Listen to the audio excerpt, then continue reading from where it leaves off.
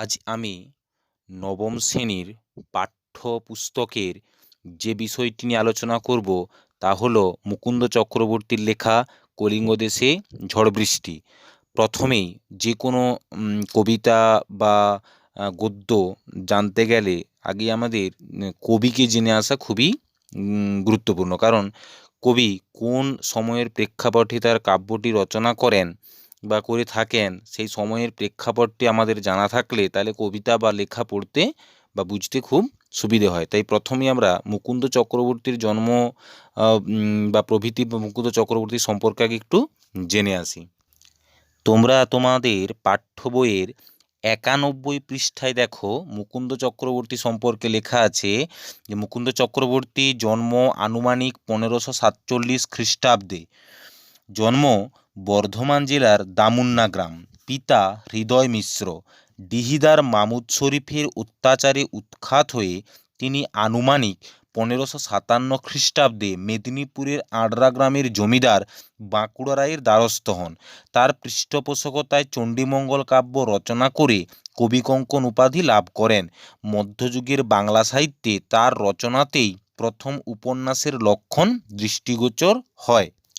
তাহলে কবি সম্পর্কে আমরা কি জানলাম? যে মুকুন্দ চক্রবর্তীর জন্ম হয়েছে আনুমানিক 1547 খ্রিস্টাব্দ নাগাদ। জন্ম হয়েছে বর্ধমান জেলার দামুন্না গ্রামে। তার পিতা ছিলেন হৃদয় মিশ্র। তিনি 1557 খ্রিস্টাব্দে মামুদ শরীফের অত্যাচারে উৎখাত হয়ে মেদিনীপুরের আড্রা গ্রামে জমিদার বাঁকুড়া রায়ের দ্বারস্থ হয়েছিলেন। তারই পৃষ্ঠপোষকতায় অর্থাৎ বাঁকুড়া রায়ের পৃষ্ঠপোষকতায় তিনি চণ্ডীমঙ্গল কাব্যটি রচনা করেন এবং তিনি তার উপাধি লাভ করেন, কবিকঙ্কন উপাধি লাভ করেন তিনি। আর মধ্যযুগের বাংলা সাহিত্যে তার রচনাতে অর্থাৎ মুকুন্দ চক্রবর্তীর রচনাতেই প্রথম উপন্যাসের লক্ষণ দৃষ্টিগোচর হয়। একইভাবে কবি তার কাব্য রচনার প্রেক্ষাপটেও তিনি বলেছেন যে মুকুন্দ চক্রবর্তী লিখেছেন কাব্যের মধ্যে যে তিনি একদিন পুকুর পাড়ে ঘুমোচ্ছিলেন। দেবীচণ্ডী তখন তাকে কাব্য রচনার জন্য স্বপ্নাদেশ দিলেন। পরিশেষে কবি মেদিনীপুরের আড্রা গ্রামের এক ব্রাহ্মণ জমিদার বাঁকুড়া রায়ের আশ্রয় লাভ করেন এবং তার বালক পুত্র রঘুনাথ রায়ের গৃহশিক্ষকতায় নিযুক্ত হলেন। বাঁকুড়া রায়ের মৃত্যুর পর রঘুনাথ রায় রাজা হলেন। কবি তার অনুরোধে ও অন্তরের প্রেরণায় চণ্ডীমঙ্গল কাব্যটি রচনা করেন। এবার আমরা জানব কলিঙ্গ দেশে ঝড় বৃষ্টি কবিতাটির মূল কাব্যগ্রন্থ বা উৎসগ্রন্থ। কবিতাটি মুকুন্দ চক্রবর্তীর লেখা অভয়ামঙ্গল বা চণ্ডীমঙ্গল কাব্যগ্রন্থের অন্তর্গত আখেটিক খণ্ড থেকে নেওয়া হয়েছে।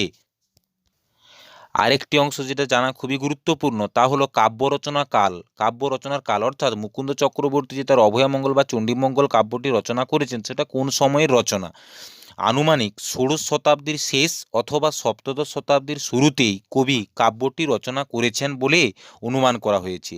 যেহেতু রঘুনাথ রায়ের রাজত্বকাল ছিল 1573 থেকে 1604 খ্রিস্টাব্দ পর্যন্ত, সেই সময়ের মধ্যেই কবির কাব্যটি রচিত হয়েছে বলে মনে করা হয়। এবার শব্দার্থ সহ মূল কবিতাতে আসা যাক। কবিতাটির নাম কলিঙ্গ দেশে ঝড় বৃষ্টি। আচ্ছা, প্রথমে একটু জেনে নেওয়া দরকার কলিঙ্গ দেশ, এই কলিঙ্গ দেশ বলতে কোন জায়গাটাকে বোঝায়। আমরা ভিডিওতে দেখো তোমাদের দেখিয়েছি যে কলিঙ্গ দেশ বলছে কোন অংশটাকে বোঝায়। কলিঙ্গ দেশ বলতে বোঝায় মূলত উড়িষ্যা, অন্ধ্রপ্রদেশ এবং মধ্যপ্রদেশের কিছু কিছু অংশ নিয়ে গঠিত একটি জায়গা, সেটা হচ্ছে কলিঙ্গ। তোমরা ইতিহাসে জেনেছো কলিঙ্গ। এবার কবিতাতে চলে যাচ্ছি। মেঘে কইল অন্ধকার দেখিতে না পায় কেহ অঙ্গ আপনার। অর্থাৎ মেঘে কইল কথার মানে হচ্ছে করিল, তাহলে মেঘে করিল অন্ধকার দেখিতে না পায় কেহ অঙ্গ আপনার, মানে এত চারিদিকের মেঘ অন্ধকার করে দিয়েছে যে কেউ কারো নিজের অঙ্গ পর্যন্ত দেখতে পাচ্ছে না। ঈশানে উড়িল মেঘ সঘনে চিকুর। ঈশানে কথার মানে হচ্ছে উত্তর পূর্ব কোণে। ঈশানে উড়িল মেঘ সঘনে মানে হচ্ছে ঘন ঘন, চিকুর মানে বিদ্যুৎ। তাহলে ঈশানে উড়িল মেঘ সঘনে চিকুর অর্থাৎ উত্তর পূর্ব কোণে মেঘ উড়ছে কি না ঘন ঘন বিদ্যুৎ চমকাচ্ছে। উত্তর পবনে কথার মানে হচ্ছে বাতাসে, তাহলে উত্তরের বাতাসে মেঘ ডাকে দুরু দুরু, দূর দূর করে মেঘ ডাকছে। নিমেষেকে, নিমেষেকে মানে কি, চোখের পলকেই, জোরে জোরে মানে ছড়িয়ে দেয়, তাহলে চোখের পলকেই ছড়িয়ে দেয় মেঘ, মানে ছড়িয়ে যায় মেঘ গগনমণ্ডল মানে সমগ্র আকাশে নিমেষের পলকের মধ্যেই মেঘ ছড়িয়ে পড়ে। চারি মেঘে বরিশে মুষলধারে জল, চারি মেঘ এটা খুব গুরুত্বপূর্ণ জেনে রাখা দরকার, যে চারি মেঘ মানে কি না, পুরাণ মতে চারি মেঘ হচ্ছে সংবর্ত, আবর্ত, পুষ্কর, দ্রোণ। চারি মেঘে বরিশে মানে কি না, বর্ষণ হচ্ছে মুষলধারে, মুষলধারে মানে হচ্ছে অবিশ্রান্ত বর্ষণ ধারা, মুষলের ন্যায় ধারা, মুষলধারা, মুষলধারে জল, চারি মেঘে বরিশে মুষলধারে জল। কলিঙ্গে উড়িয়া মেঘ ডাকে উচ্চনাদ।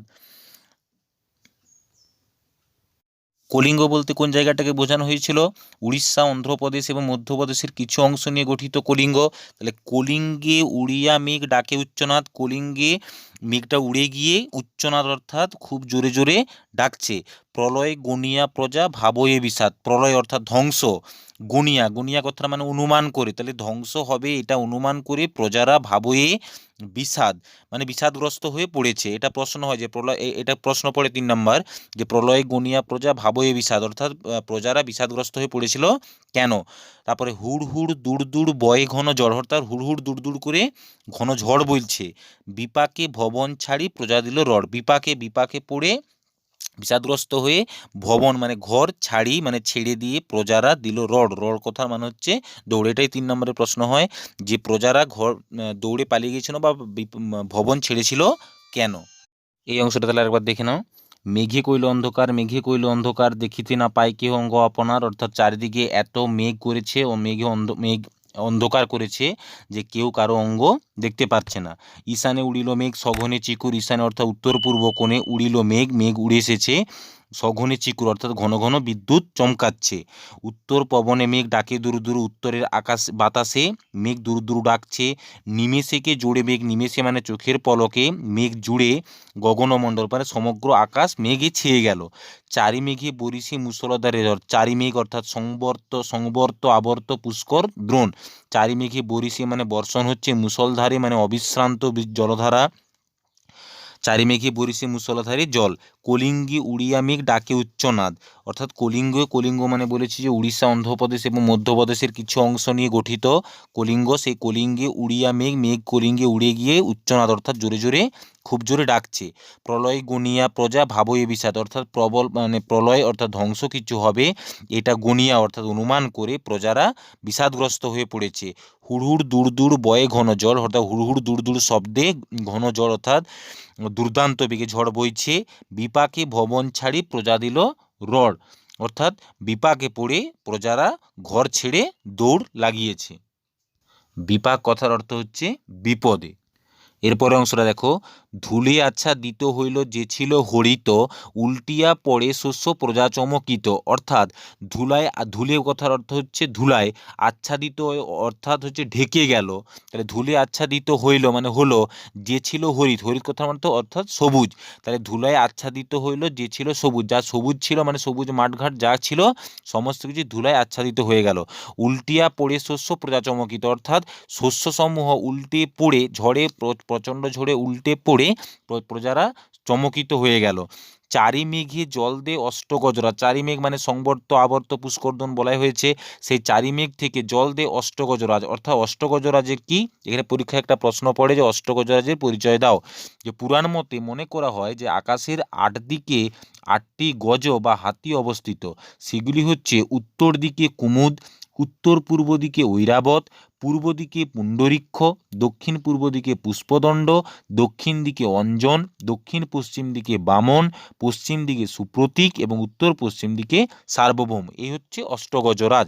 তাহলে চারি মেঘে জল দেয় অষ্টগজরাজ, সঘনে চিকুর পড়ে ব্যঙ্গ তড়কা বাজ, সঘনে কথার মানে হচ্ছে ঘন ঘন, তারপর হচ্ছে সঘনে চিকুর, চিকুর কথার মানে তো বিদ্যুৎ, পড়ে ব্যঙ্গ তড়কাবাজ, ব্যঙ্গ তড়কাবাজ কথার অর্থ হচ্ছে ব্যাঙের মতো তুড়ি লাফ দেওয়ার মতো বাজ পড়েছে, ওই জন্যই বলা হচ্ছে ব্যঙ্গ তড়কাবাজ, মানে বাজগুলো কি ব্যাঙের লাফের মতো মনে হচ্ছে এমন করে বাজ পড়ছে।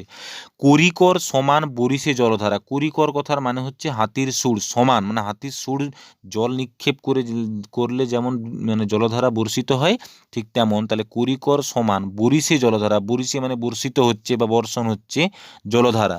জলে মুহি একাকার পথ হইল হারা। জল মুহি, মুহি মানে পৃথিবী, তাহলে জল পৃথিবী একাকার হয়ে গেল, একাকার হয়ে গেল। পথ হইল হারা মানে কি, রাস্তার খুঁজে পাওয়া যাচ্ছে না, রাস্তা হারিয়ে যাচ্ছে প্রজারা। ঘন ঘন শুনি চারি মেঘেরও গর্জন। ওই চারি মেঘ তার গর্জন প্রজারা শুধু ঘন ঘন শুনতে পাচ্ছে। কারো কথা শুনিতে না পায় কোনো জন। এটাও প্রশ্ন হয় যে কেউ কারো কথা শুনতে পাচ্ছে না কেন, না ঘন ঘন চারি মেঘের গর্জনে। পরিচ্ছিন্ন নাহি সন্ধ্যা দিবস রজনী। অর্থাৎ দিবস মানে দিন এবং রাত্রি পরিচ্ছন্ন নয়। কেন, না ঘন মেঘ একদম সমগ্র কলিঙ্গ দেশটা ঢেকে গেছে। কলিঙ্গে সঙ্গলে সঙ্গরে সকল লোক যে জৈমিনী। অর্থাৎ কলিঙ্গবাসীরা সঙ্গরে, সঙ্গরে কথার অর্থ হচ্ছে স্মরণ করছে সকল লোক যে জৈমিনী। জৈমিনী মুনি অর্থাৎ এই যে জৈমিনী, এটা একটা প্রশ্ন হয় জৈমিনী মুনি কে, না জৈমিনী একজন মুনি, মুনি জৈমিনী। তিনি ছিলেন বেদব্যাসের শিষ্য, পূর্ব মীমাংসা দর্শনের প্রণেতা। জনশ্রুতি রয়েছে তার নাম স্মরণ করলে বজ্রপাত বন্ধ হয়ে যায়। তাহলে এই অংশটা এখান পর্যন্ত আরেকবার দেখো, যে ধুলে আচ্ছাদিত হইল যে ছিল হরিত। অর্থাৎ যা কিছু সবুজ ছিল, সবুজ মাঠঘাট সমস্ত কিছু ধুলায় আচ্ছাদিত হয়ে গেল। আচ্ছাদিত কথার মানে হচ্ছে ঢেকে যাওয়া। উল্টিয়া পড়ে শস্য প্রজা চমকিত। অর্থাৎ সবুজ শস্য সকল উল্টে পড়ে পড়ে গেছে, তাই প্রজারা চমকিত অর্থাৎ আতঙ্কিত, চমকে উঠছে।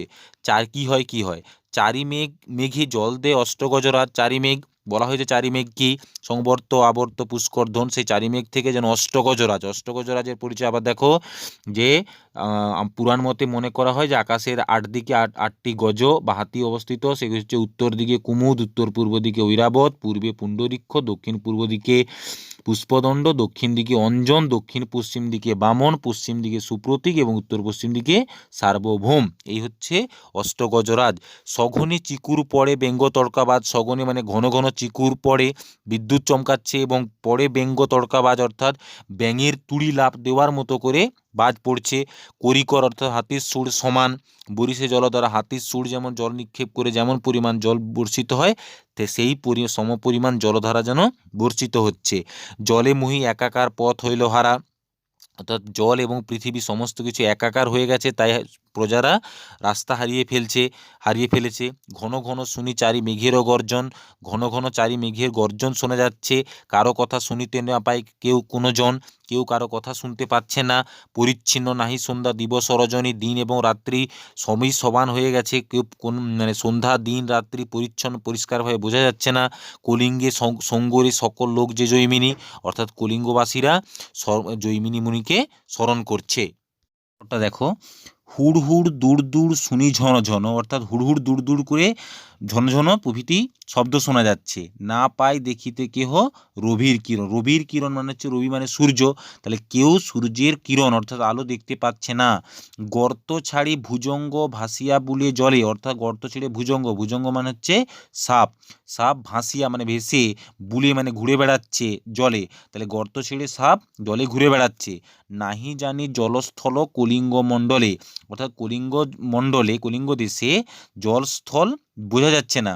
নিরবধি 7 দিন বৃষ্টি নিরন্তর। নিরবধি মানে হচ্ছে সব সময়, নেই অবধি অর্থাৎ কোনো যার শুরু এবং শেষ কিছুই বোঝা যাচ্ছে না। 7 দিন বৃষ্টি নিরন্তর, নাই অন্তর, কোনো শেষ নেই, তাহলে একদম সব সময় 7 দিন ধরে বৃষ্টি চলছে। এখানে একটা প্রশ্ন হয়, ছোট প্রশ্ন, যে কলিঙ্গ দেশে কতদিন বৃষ্টি হয়েছিল, একটানা কতদিন বৃষ্টি হয়েছিল, 7 দিন। আছুক শস্যের কার্য হেজ্জা গেল ঘর। আছুক শস্য, আছুক মানে হচ্ছে বর্তমানে যা রয়েছে, যা মানে প্রজাদের বাড়িতে যেটা যে শস্য রয়েছে, যে তাহলে আছুক শস্যের কার্য হেজ্জা গেল ঘর। হেজ্জা কথার মানে হচ্ছে নষ্ট হয়ে যাওয়া, পচে যাওয়া, মানে যে শস্যগুলো ছিল সেই শস্যগুলো নষ্ট হয়ে গেল, পচে গেল। মেঝাতে পড়য়ে শিল বিদারিয়া চাল। অর্থাৎ মেঝেতে পড়য়ে শিল মানে শিল পড়ছে, বিদারিয়া, বিদারিয়া কথার মানে হচ্ছে ভেদ করে বা ফুঁড়ে, চাল ভেদ করে মানে শিল পড়ছে।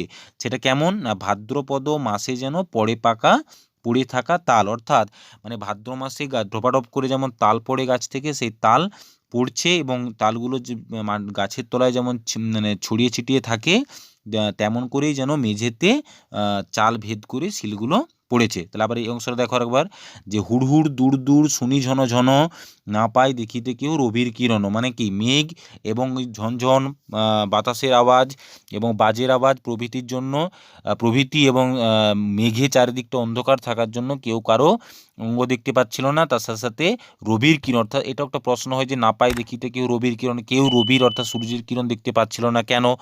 গর্ত ছাড়ি ভুজঙ্গ ভাসিয়া বুলে জলে, অর্থাৎ গর্ত ছেড়ে সাপ জলে ঘুরে বেড়ায়। নাহি জানি জলস্থল কলিঙ্গ মণ্ডলে, কলিঙ্গ দেশে অর্থাৎ আজকে জলস্থল কোনটা সেটা কেউ বুঝতে পারছে না, কোনটা জল কোনটা স্থল।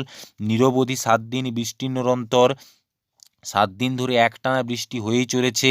আছুক শস্যের কার্য হেজ্জা গেল ঘর, অর্থাৎ প্রজাদের বাড়িতে বাড়িতে ঘরে ঘরে যে সকল শস্য ছিল সেগুলো পচে নষ্ট হয়ে গেল। মেঝাতে পড়ে শিল বিদারিয়া চাল, অর্থাৎ মেঝেতে চাল ভেদ করে শিল মেঝেতে পড়ে রয়েছে, ছড়িয়ে ছিটিয়ে রয়েছে। কেমন না ভাদ্রপদ মাসে যেন পড়ে থাকা তাল, অর্থাৎ তাল গাছের তলায় যেমন ভাদ্র মাসে পাকা তালগুলো পড়ে থাকে, সেই একই। তারপর সেই অংশটা দেখো, চণ্ডীর আদেশ পান বীর হনুমান, মঠ অট্টালিকা ভাঙ্গি করে খান খান। অর্থাৎ দেবী চণ্ডীর আদেশ পেয়ে বীর হনুমান কি করছে না, মঠ অট্টালিকা ভাঙ্গি করে খান খান। অর্থাৎ মঠ, মঠ মানে হচ্ছে শিক্ষালয়, অট্টালিকা হচ্ছে বড় বড় পাকা বাড়ি, তাই মঠ অট্টালিকা ভাঙি মানে ভেঙে করে খান খান, খান খান মানে টুকরো টুকরো করে দিল। চারিদিকে বয়ে ঢেউ পর্বত বিশাল, অর্থাৎ মানে সমুদ্রের ঢেউগুলো পর্বত সমান হয়ে বা পর্বতের ন্যায় হয়ে চারিদিকে বইছে। উঠে পড়ে ঘরগুলা করে দলমল, মানে চারিদিকে বহে ঢেউ পর্বত বিশাল, উঠে পড়ে ঘরগুলা করে দলমল। মানে কি, পর্বত সমান ঢেউগুলো বয়ে এসে উঠে এসে কি করছে না, ঘরগুলোকে দলমল করেছে মানে টলমল করে দিচ্ছে।